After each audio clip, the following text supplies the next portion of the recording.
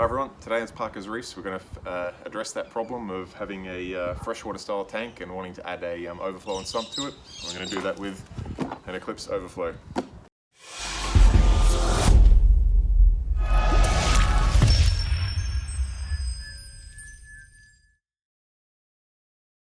Hi all, welcome to Parker's Reefs. Today we're going to be installing one of these Eclipse Overflows from eShopps.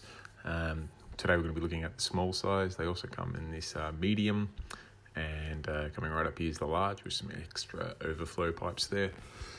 Basically going to show you how easy it is to convert a freshwater tank or basically just a glass box into a tank with an overflow that you can then run down to a sump, which is obviously a little bit more suitable for reef requirements. So yeah, as mentioned, we're going to look at the Eclipse Small today because we're installing it on a mate's frag tank. And you can see I'm just doing the unboxing here. It comes well packaged. Interestingly enough, it comes sent basically all assembled, ready to go with the drill bit in there. It's a key point to point out that this overflow does come with a diamond coated drill bit included, obviously for the right size. Comes with a nice high quality acrylic template as well. And as you can really see here, it's just a sturdy looking bit of kit.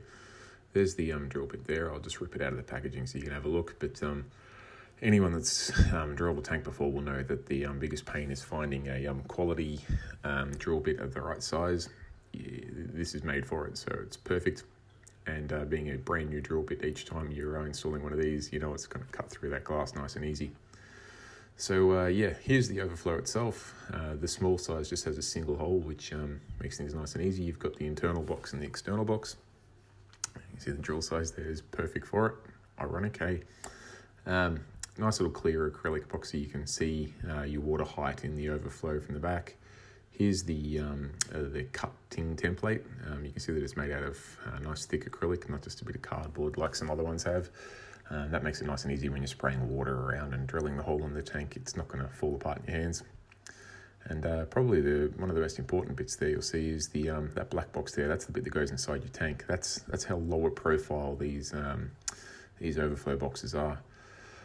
All right, let's get to drilling it. You can see here, I'll say my assistant, but he's actually the one doing all the work. I'm just the one holding the camera and hose. He's just measuring the center of the tank and make sure that we get this overflow in the center just for aesthetic reasons.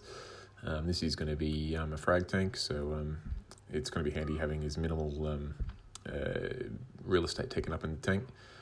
I've sped the footage up here a little bit just because when drilling the hole, you probably want to take a good 8 to 10 minutes per hole. Just let the drill bit do the work. You don't need to press hard on it. Make sure you've got plenty of water. You see we're taking the template away here just so we can get extra water flow around the drill bit. Once you've cut a couple of mil into the glass, the drill bit's the hole saw's not going to move around. So we've taken the template off once that initial groove's put in place, and just slowly working our way through, giving it plenty of water. Obviously we're doing this outside and doing it on a nice piece of grass, so you can just let the water run. Just checking the hole here. My assistant's a little bit embarrassed that he's got the hole on a slight angle here, but to be honest, it's as straight as I can see. But that being said, I do wear glasses. So we're just getting something to put under the tank there. You can see, obviously, if you're cutting a hole through the glass, you're going to have a fist-sized piece of glass fall from, I think it's a 2.5 or 3 foot high tank. We don't really want that bit of glass hitting the other side and putting a nice chip in it. So we've just put something soft under there to catch it. In this instance, it's my dog's bed. So yeah, it's a family affair. The dog's helping out even.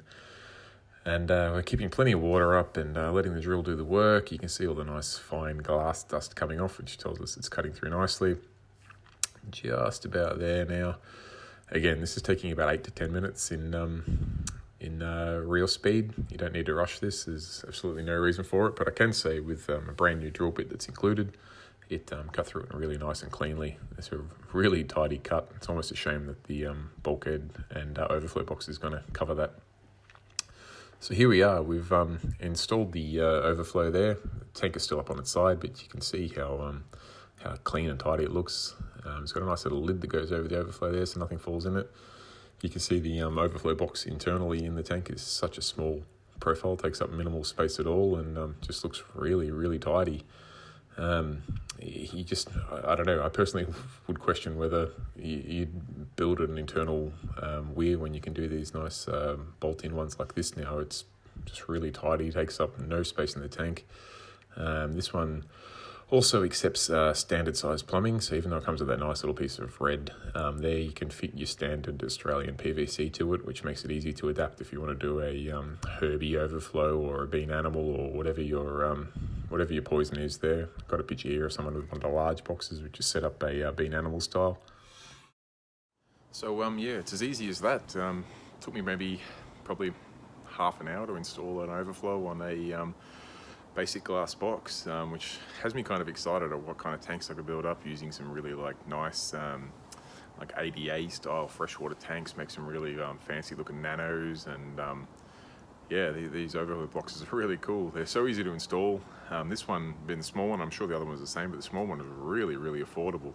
The price of a standard glass box plus one of these overflows really worked out to be a fair bit cheaper than one of your off-the-shelf Reef systems. So something to keep in mind if you're looking at building a new tank, particularly with the small, medium or large options out there. The ability to be able to use your own piping with it as well, to convert the overflow style to whether you want your standard Durso, herby, bean animal, whatever your sort of style you like there. You can put your own piping and elbows and stuff on there. That's a huge plus, because I've seen a lot of these overflow boxes, particularly ones come out of America, that use American style piping, and then you've got to adapt things and it starts getting a bit ugly. These can be nice and clean and tidy all the way through. The fact that it comes with everything you need, including the acrylic template and the brand new drill bit, just made it a really pain-free installation. Like, all you really needed was a drill, a hose and somewhere to put the tank.